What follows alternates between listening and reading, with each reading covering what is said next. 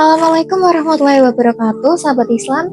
Pada episode kali ini kita sudah berada di salah satu makam masyayikh yang ada di Kabupaten Kediri, yaitu makam Syekh Ihsan bin Dahlan atau yang biasa akrab dipanggil dengan Syekh Ihsan Jampes. Bagaimana keseruan kita selanjutnya? Ikuti terus ya.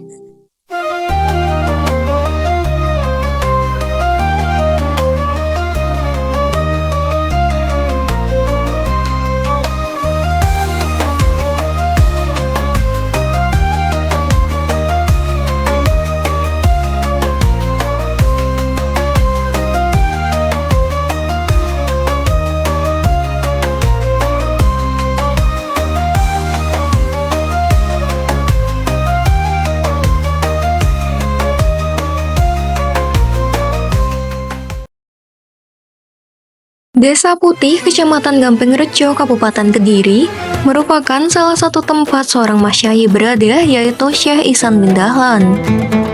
Tidak terlepas dari pondok pesantren Jampes yang diasuh oleh Syekh Dahlan, yang merupakan ayah dari Syekh Ihsan. Berada tidak jauh dari tengah kota Kediri dan letaknya tepat di pinggir jalan besar, lokasi dari makam para ulama ini sangat mudah dijangkau. Saat masuk, kita sudah disuguhkan dengan plang yang menghimbau agar tamu yang datang ke makam untuk segera lapor dahulu kepada juru kunci yang berada di sana. Perjalanan menuju makam seperti bentuk lorong terbuka sepanjang jalan menuju makam, berdiri rumah-rumah warga yang menyajikan aneka macam makanan berat, ringan, serta minuman. Jadi, sahabat Islam tidak perlu risau jika merasa kehausan atau kelaparan. Untuk kamar mandi umum juga sudah disediakan tidak jauh dari lokasi makam. Di dalam makam juga terdapat almari yang berisi Al-Quran untuk para peziarah yang tidak menyiapkan dari rumah. Untuk masuk ke dalam makam, kita diharuskan untuk melepas alas kaki. Jangan lupa menjaga kebersihan ketika masuk ke dalam. Perawatan dari makam ini sudah sangat terjaga kebersihan dan juga kerapian dari satu makam dan makam lainnya. Menuju makam utama keluarga besar dari keturunan Kiai Dahlan, makam yang dikelilingi dengan pagar besi, ada 4 makam utama yang diberikan nama serta peranannya. Syekh Ihsan sebagai masyayikh pengarang dari kitab Sirajul Talibin dan Manahinul Imdad. Syekh Dahlan sebagai kiai yang mendirikan pondok pesantren Jampes. Siapa yang tidak mengenal nama pondok besar ini? Syekh Abdul Malik Ihsan sebagai Sohibul Ijazah Istighosa yang Mr. Al-Ihsan. Dan yang terakhir adalah makam Nyai Istiana.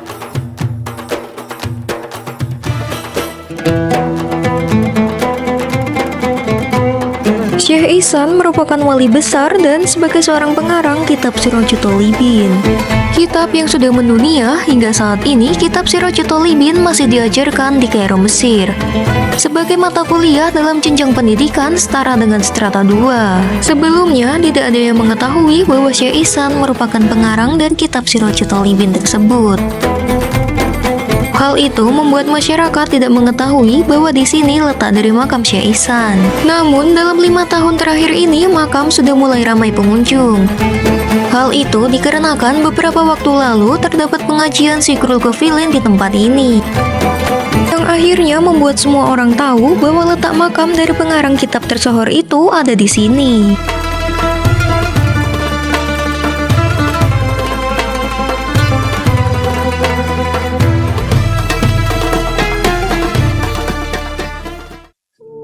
Baik sahabat Islam, saat ini saya sudah bersama dengan Bapak Sabarudin selaku juru kunci dari makam Syekh Ihsan bin Dahlan. Baik Kak, saya bakalan tanya-tanya sedikit nih mengenai dari sejarah Syekh Ihsan. Nah, untuk Syekh Ihsan sendiri itu dari pendiri pondok atau yang sebagai pengarang kitab Sirajul Talibin? Ya, kalau Syekh Ihsan itu penerus dari ayahnya, lalu pendiri pondoknya Dahlan, diteruskan oleh Dahlan, dan dia mempunyai karya mengarang kitab Sirajul Talibin itu. Yang sampai sekarang kitabnya Sirajul Talibin itu jadi mata pelajaran di Kairo, Mesir.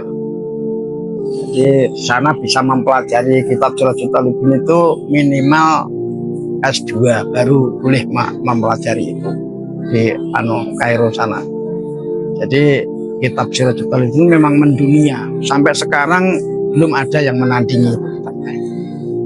pengarang yang seperti Syekh Ihsan itu sampai sekarang belum ada. Itu ceritanya Gus Dur waktu masih hidup itu dulu di sini pernah cerita masalah itu.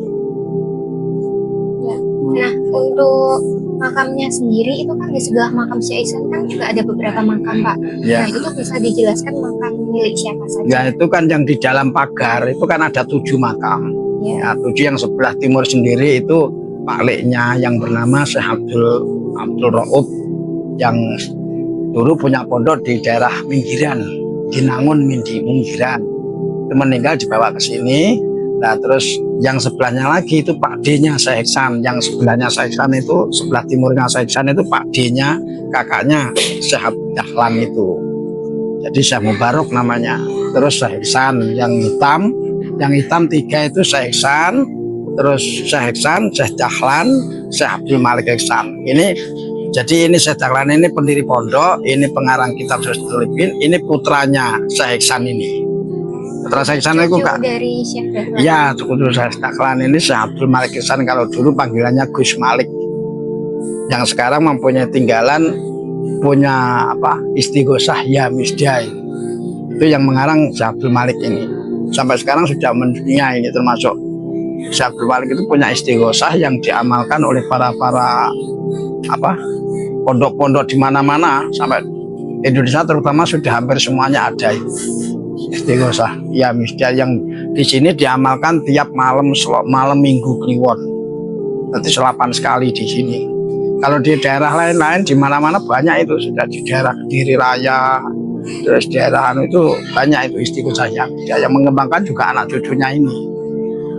Itu karangan dari Gus Malik. Kalau Syekh Ihsan itu punya karangan kitab 2 yang besar. 1 Sirajutul Libin, 2 Manahijul Imdad.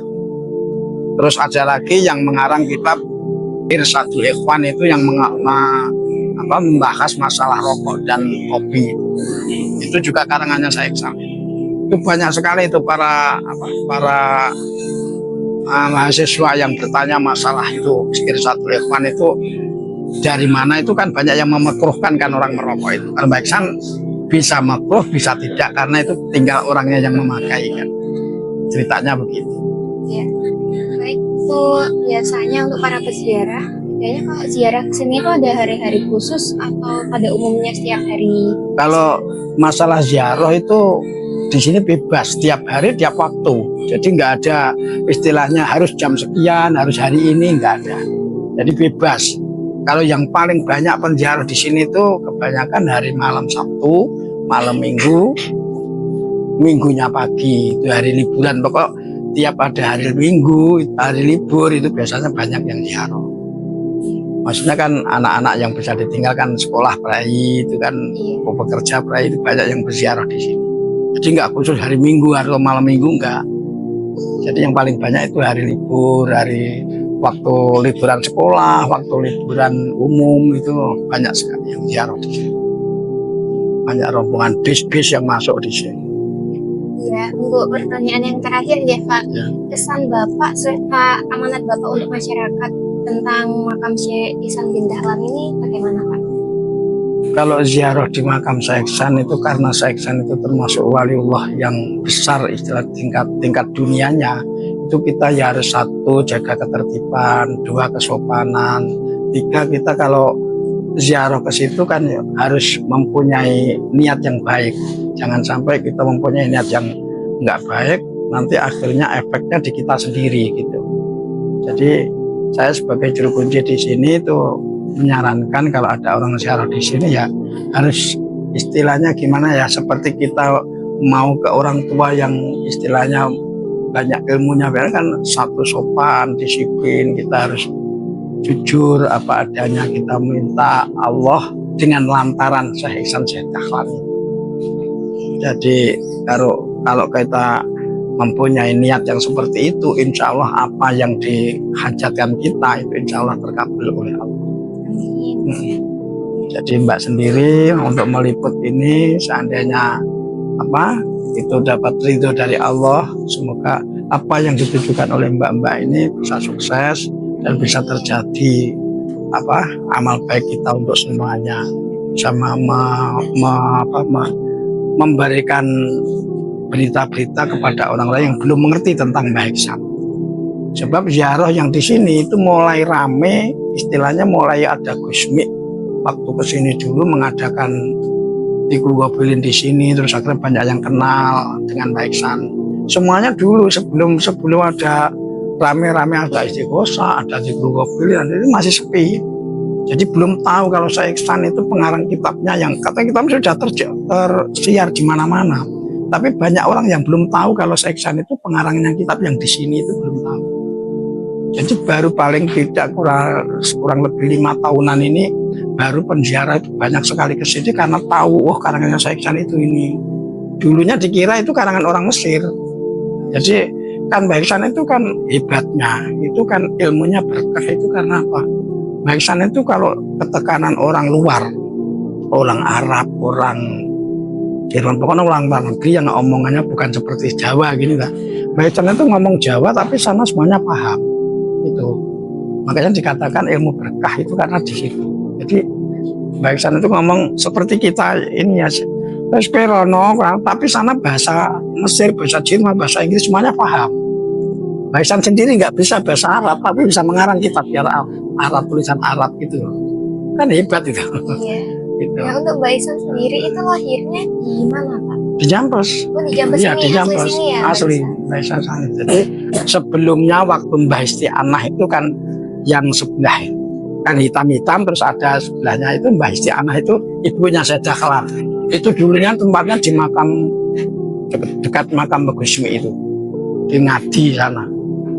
Jadi Ngadi, terus karena Mbah Ujang Soleh bapaknya Sayyidah Dahlan itu meninggal, akhirnya Boyong diajak sama Mbah Soreh itu adiknya Mbah Isti'anah, ayo kita pergi aja di sini sebab diganggu oleh para pendekar-pendekar begal itu. Mbah Isti'anah itu kan pendekar, putri tapi pendekar. Jadi sampai meninggalnya Mbah Ujang Soleh itu karena Mbah Ujang Soleh juga pendekar. Waktu menikahnya aja di atas genjot itu, ceritanya begitu. Tapi di Galek sana waktu masih bujang, masih perawan itu kan di Galek Durenan sana. Terus akhirnya di Durenan dia itu dibilang sama bapaknya yang namanya Mbah Mesir, dibilang, kamu itu istilah sudah tua kok nggak mau kawin, gimana? Terus akhirnya, saya mau menikah kalau ada yang bisa mengalahkan saya. Sumbernya Mbah Isti'anah. Akhirnya banyak sekali Mbah Mesir itu sampai mengadakan mungkin genjot, diadakan lomba, diadakan apa itu? Iya, pertandingan. Siapa yang bisa mengalahkan Mbah Isti'anah baru itu sebagai menantunya itu. Tapi suaminya Mbah Isti'anah. Akhirnya ada kalau ngarani istilahnya ya Allah,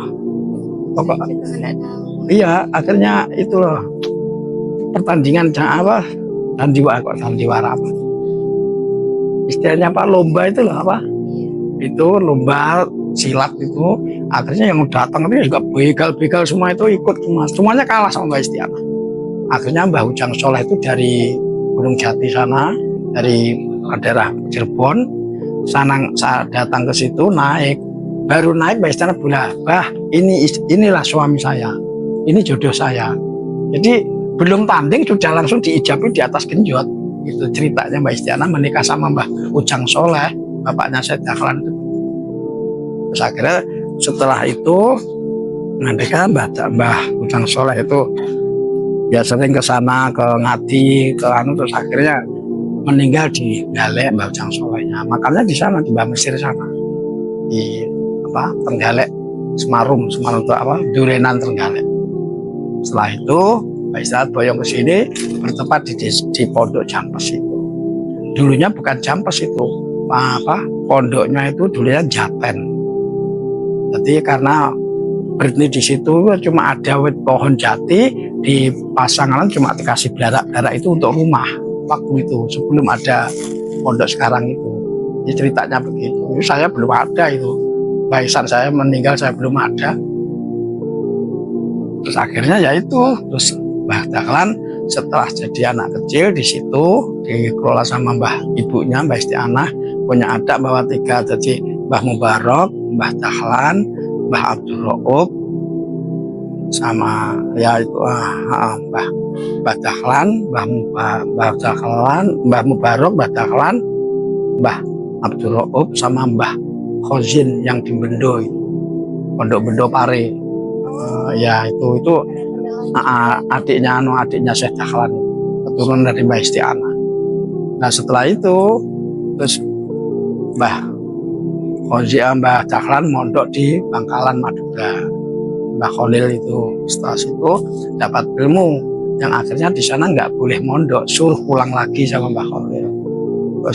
Saya harus mengguru ke kamu, bukan kamu mengguru ke saya. Mbah Khalil datang ke Jampes ini, kamu suruh ngaji sama Mbah Khalil. Jadi tunggu sama Mbah Khalil ngajinya. Setelah itu Mbah Khalil kembali lagi ke Bangkalan. Jadi kewalian itu yang besar Mbah Dahlan. Sahabat Islam, saksikan terus program Indahnya Islam setiap hari Jumat pukul 13.30 waktu Indonesia Barat hanya di Japa Televisi. Saya Salina beserta tim pamit undur diri. Wassalamualaikum warahmatullahi wabarakatuh.